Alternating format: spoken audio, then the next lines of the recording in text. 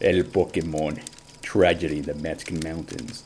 Jose and Paul were two teenage brothers that lived in a mountainous rural area in the state of Sonora in Mexico, near the border with Chihuahua.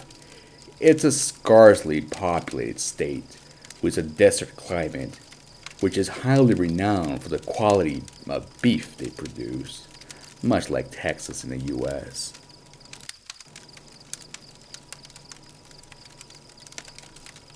People living in these areas live a life most of you would envy had you experienced it, carrying weapons from a very young age and exploring a vast, endless landscape at their desire, shooting their meal and losing themselves in the wilderness for days. Breakfast consisting of eggs with machaca, which is shredded dry beef, raw milk, café de la olla, which is coffee brewed with cinnamon and flowers, and queso fresco, which is cheese they made themselves the night before in buckets.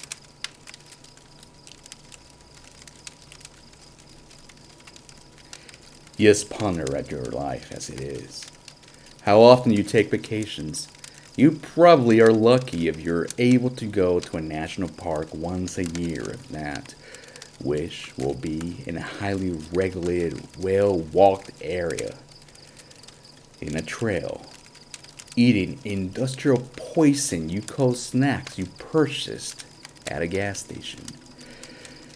You also play open world video games to satisfy your need for exploration as you waste away your life between your job and apartment. Your situation is so pathetic, and you're so oblivious to the awful existence you've inherited that even now you'll be justifying how you have a better life and shouldn't envy these truly free people. But I digress. Jose was the oldest, named after his father, while Paul was 2 years younger. So despite this, Paul naturally became the leader between them. I suspect it was because his mother favored him, and living in a small community, they naturally internalized the status given to them since they had no other social circles to contrast those in their family. Bo could simply say, Jose did this and that to me, father and mother. And without any questions asked, they would beat Jose up while Paul smiled in the corner at him. When Jose had brought up this favoritism to his mother, she simply slapped him in the face for being a liar. She knew he was right, though, but admitting to it would be admitting she was a bad mother, and it was better to insist he was a bad son instead.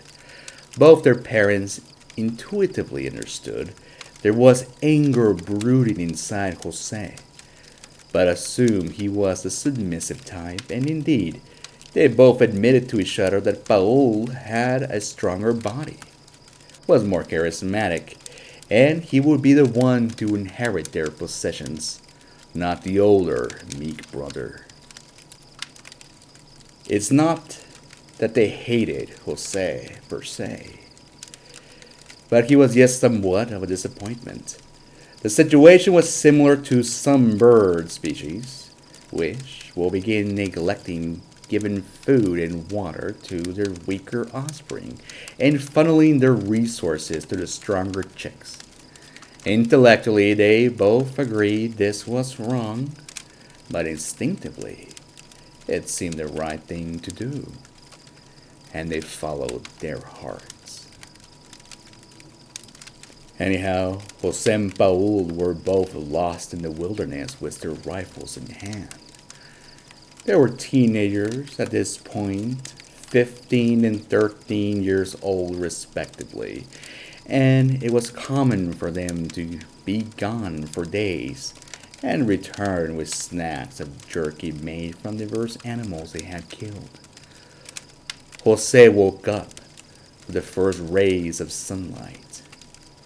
They had both slept under a tree, and he was the first to see them. Jose shakes his younger brother Paul and whispering tells him to wake up. When Paul replied in his regular voice, Jose quickly shushes him. Adrenaline kicks in Paul as he believes they might have run into some bandits, and there was no telling what would happen to them. Adjusting his vision to the light to what Jose was pointing at, he notices a strange animal. It seemed like a roadrunner, without the tail at first, but he quickly realized it was much larger and a different animal entirely. Paul smiles and asks what the hell are those? Jose says he doesn't know, but they look like Pokemon he's seen before. Both Jose and Paul lived in a mud house without electricity, and they didn't have much schooling. People in these areas didn't know much about the world outside their own environment. The Pokemon reference made sense because it was the only thing that made sense to them while gazing for the first time at this prehistoric looking animal. Paul didn't think much of it and grabbed his rifle and started to slowly walk towards him, whispering he's going to kill one of the mothers and snag their children and keep them as a pet. Jose told him not to do that and let them be. He didn't want to hurt these creatures, which seemed somewhat like witnessing a miracle to him. But his younger brother flipped him off and continued. It took several minutes for Paul to get close enough and get a clear shot. All the while Jose observed him from the shade of the tree they had slept in. Paul aims and shoots, and the creature startled themselves and ran chaotically. Paul soon was running after them, attempting to catch one of the younglings, which were left behind in the panic and wrap a rope around it. Suddenly, the creatures coordinated themselves after seeing Paul going after their young ones, and dash at him en masse, using their large legs to kick him.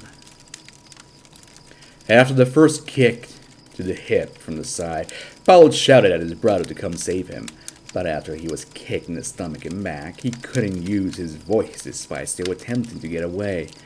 But yes, as soon as he collapsed, the birds surrounded him. Jose was flooded with fear and picked up his rifle and ran back home as fast as he could, which took him most of the day to do. It was fear that made him abandon his brother, since he figured he'd be attacked also if he got too near. Having arrived home, he explained to his parents what had happened. His father and some local men got into their horses and demanded him to guide them. The weather was getting bad and night came with a light rain. Despite this, they continued on with lanterns. Jose naturally had a hard time making sense of the area at night, but guided the men as best he could, and despite the curses and frustrations of his father, he carried on. He spent the entire night aimlessly searching, and it wasn't until the light of day that Jose was able to make sense as to where he was and guide them to the corpse of his brother. The father wasn't the first to discover the body, but he came running down and hugged the body while wailing, "My son, my beautiful son, what have they done to you?" And rocking back and forth was the corpse of his favorite boy. After the urgency of finding the body cooled down, the other men themselves started asking Jose what had happened and attempted to make sense of the situation. Jose just repeated the same story about seeing a weird-looking bird that looked like a Pokemon and walked somewhat like a roadrunner. His father got sick of hearing these nonsense and began beating Jose up, demanding to know what really had happened. But Jose just kept swearing that he was telling the truth.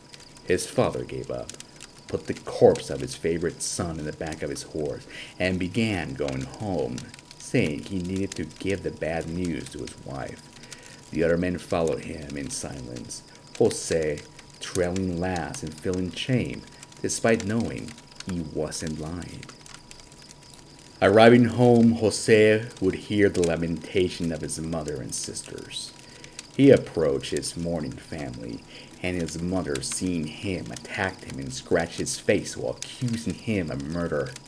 She said, "You always envied him because he was better than you. You killed your brother.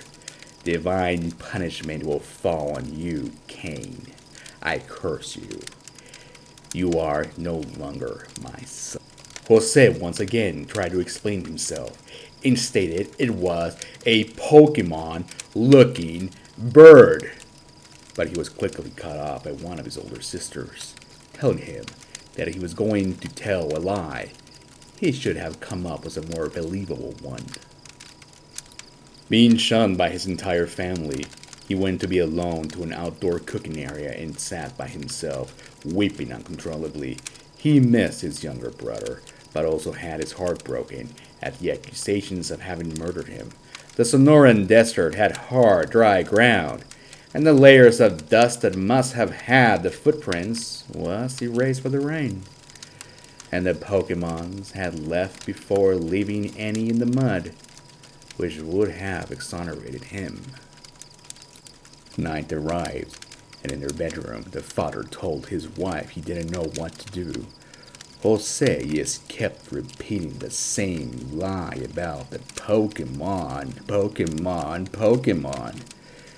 She stays silent for a long moment, and then tells him, "I am still young enough to give you more sons."